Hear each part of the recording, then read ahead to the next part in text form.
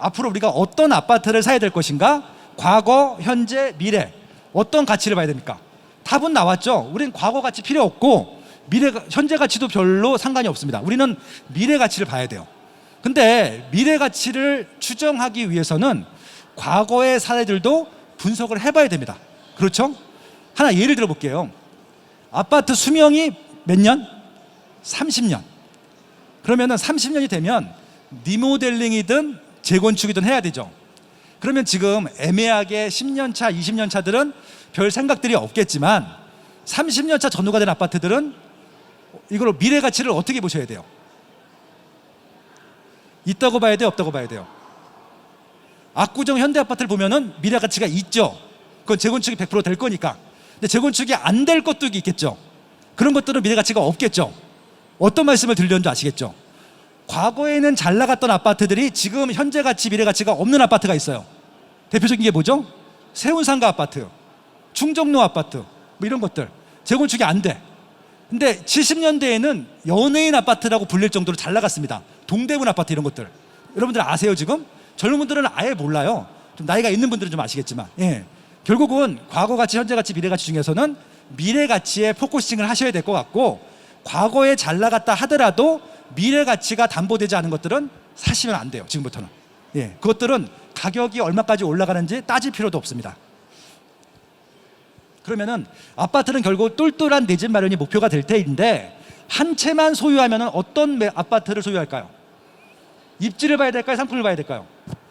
서울을 사야 될까요? 비서울을 사야 될까요? 구축 사야 될까요? 신축을 사야 될까요? 이게 답이 다 섞여 있어요. 정답은 없습니다. 근데 나는 돈이 정말 많아, 현찰이 많아, 뭐 어떤 것도 상관없어 라고 했을 때 지금 뭐 사셔야 돼요? 지금 정말 가격이 많이 올랐는데, 저 똑같은 얘기를 또 합니다. 작년에 이어서 이 얘기를 5년째 하고 있는데, 압구정 현대아파트 사시면 돼요. 왜? 평당 2억이 될 거니까. 지금 평당 1억이 됐어요 이미. 제가 4년 전에 부동산 트렌드쇼에서 평당 1억 얘기했을 때 다들 안티 댓글들이 막 쏟아졌습니다. 저 미친놈, 부동산 띄우는 놈. 근데 지금 평당 1억은 그 지역에서는 일반적인 가격이 돼버렸죠. 압구정 현대아파트는 제가 장담하는데 재건축하면은 2억 무조건 넘습니다.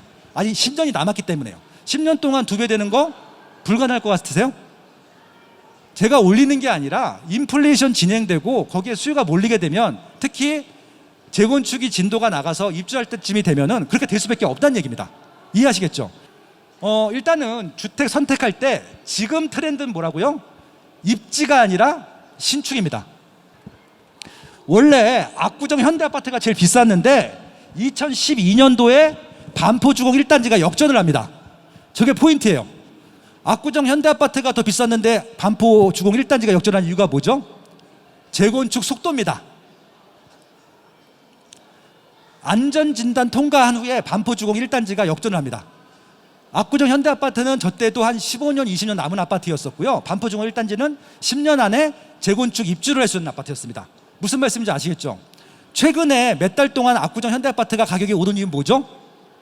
다 조합설계 인가를 마쳤어요. 지금부터는 이제 본 궤도에 들어섰습니다. 그렇기 때문에 압구정 현대아파트가 치고 나갈 거예요. 이제 반포주공 1단지는 이제 끝났습니다.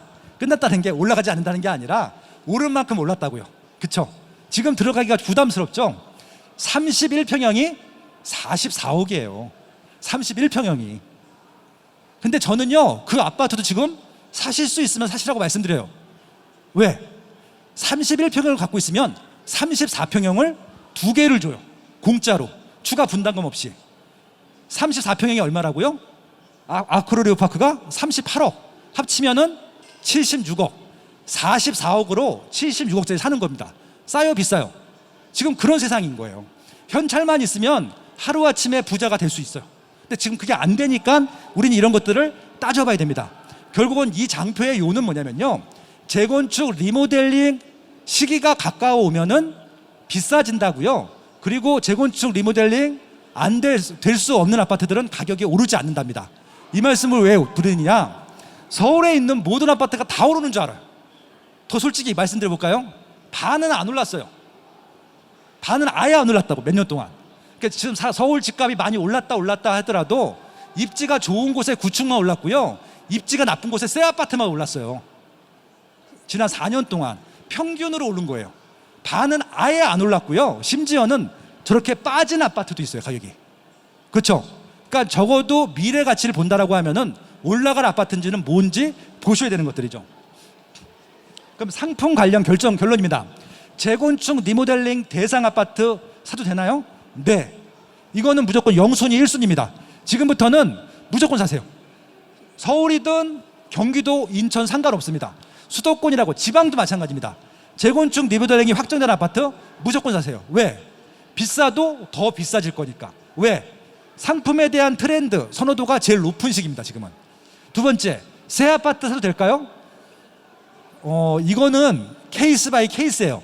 지금 새 아파트라서 이미 시세가 많이 올라간 아파트들도 있는데, 중요한 것은 정부에서 얼마나, 지자체에서 얼마나 주변에 경쟁 새 아파트를 많이 만들어주냐예요. 많이 만들어주냐. 만약에 주변에 새 아파트가 들어올 게 없다. 새 아파트 지금 사셔도 됩니다. 근데 지금 나는 새 아파트인데 옆에 대규모 아파트들이 들어와요. 그럼 한번 고민해 보셔야 돼요. 서울은 상관없을 것 같은데 이 끝지역들이 있어요. 끝지역들. 지금 예를 들어서 남양주에 별내 신도시 많이 올랐고요. 다산 신도시가 많이 올랐단 말이에요. 근데 옆에다가 왕숙 신도시를 6만 6천 세대를 만듭니다. 영향을 줄까요, 안 줄까요? 주겠죠. 거기는 어떻게 유치할 수 있죠? 일산 신도시가 가격이 10년 동안 빠졌어요. 빠진 이유가 뭐죠? 옆에 파주 운정 신도시가 들어왔고, 김포 한강 신도시가 들어왔고, 고양시 덕양구에 굉장히 많은 신도시가 들어왔어요. 삼송, 지축, 원흥. 새 아파트가 들어오다 보니까 일산 신도시 구축들이 10년 동안 가격이 빠졌단 말이에요. 그렇죠? 끝지역이라서. 근데 서울은 끝지역이 아니죠. 좀 달라요. 결국은 새 아파트 같은 경우는 주변에 경쟁이 될 만한 것들이 들어오는지 가지고 따져보셔야 됩니다. 마지막으로 구축 아파트 사도 될까요? 네, 사도 되는데 말씀드린 대로 지금은 재건축 리모델링 단계에 못 들어갔습니다. 추진이도 안 됐어요. 아직 안전진도 못 받고. 근데도 여기는 100% 돼 라고 할 수 있는 아파트는 구축이라도 사도 됩니다.